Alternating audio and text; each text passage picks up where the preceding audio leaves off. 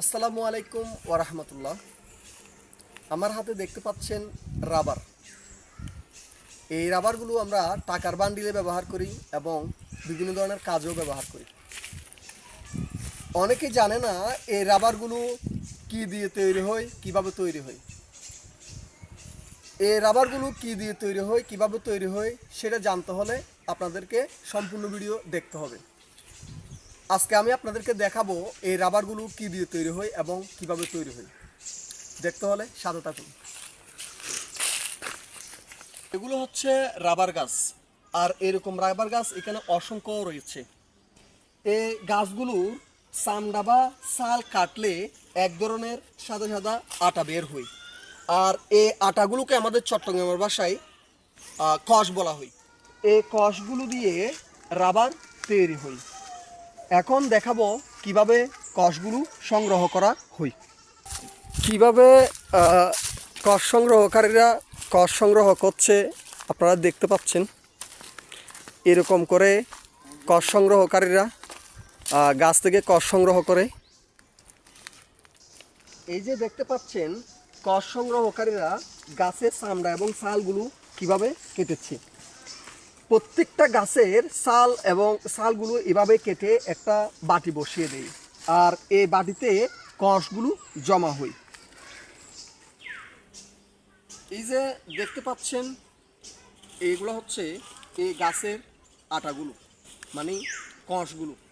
এই কষগুলো পড়ছিল কিছুদিন হচ্ছে, এখন এগুলো শুকাই গেছে। শুকাই যাওয়ার পরে একটা লাবার তৈরি হয়ে গেছে। এই দেখেন এই লাবারটার সাথে এই লাবারগুলোর সাথে কোনো পার্থক্য নেই। ধরেন এই লাবারগুলো এখন মেশিনের মাধ্যমে তৈরি হয়ে গেছে, কিন্তু এগুলো এখনও তৈরি হয়নি। এগুলো এখান থেকে কষ সংগ্রহকারীরা সংগ্রহ করবে, এরপরে এগুলো নিয়ে যাবে, এগুলোকে শুকাবে। এগুলোকে শুকানোর পরে একটা কারখানার মধ্যে পাঠিয়ে দেবে। পাঠানোর পরে এগুলা মেশিনের মাধ্যমে বিভিন্ন ধরনের রাবার তৈরি হয়। আর এই কষগুলো একটি বালতিতে কিংবা ড্রামে করে কষ সংগ্রহকারীরা নিয়ে যায়, এবং কোথায় নিয়ে যায়, এই কষগুলো দিয়ে কিভাবে রাবার তৈরি হয় সেটা দেখতে হলে সাথে থাকুন। গাছ থেকে সংগ্রহ করে কষগুলোকে যেখানে নিয়ে যাওয়া হয়, আমি এখন সেখানে যাচ্ছি। অবশেষে চলে আসলাম যেখানে কষগুলোকে নিয়ে আসা হয় সেখানে। চারদিকে দেখতেই পাচ্ছেন অসংখ্য ড্রাম কাটা, আর এই ড্রাম কাটাগুলোতে রাখা হচ্ছে গাছ থেকে সংগ্রহ করা কষগুলো। এই ড্রাম কাটাগুলোতে সংগ্রহ করা কষগুলো সম্ভবত 6 ঘন্টা রাখা হয়। তারপর নির্দিষ্ট সময় পরে সে কষগুলো উঠিয়ে আবার নতুন করে ড্রাম কাটাগুলোতে কষ রাখা হয়।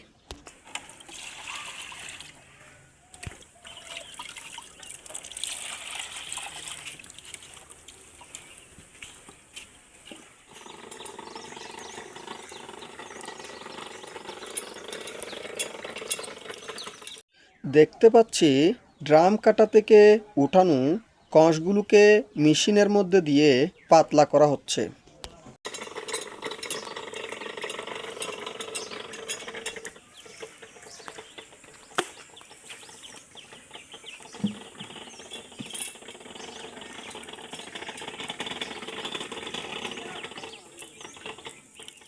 তারপর মেশিনে এই কষগুলোকে পাতলা করার কাজ সম্পূর্ণ হলে এই কষগুলোকে রোদের মধ্যে শুকাতে দেই।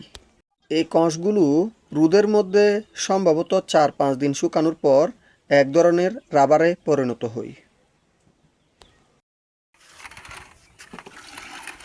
এই দেখতে পাচ্ছেন তারা কিভাবে রাবারগুলো তৈরি করে। এটা একদম কালো হয়ে গেছে। এটা এখন শেষ পর্যায়ে, মানে আর 2-3 দিন শুকানোর পরেই এটা এখানেই সমাপ্ত। তারা এখান থেকে এতটুকু করে তারা কারখানার মধ্যে এগুলা পাঠিয়ে দেয়। পাঠানোর পরে ওখানে বিভিন্ন ধরনের রাবারগুলা তৈরি হয়।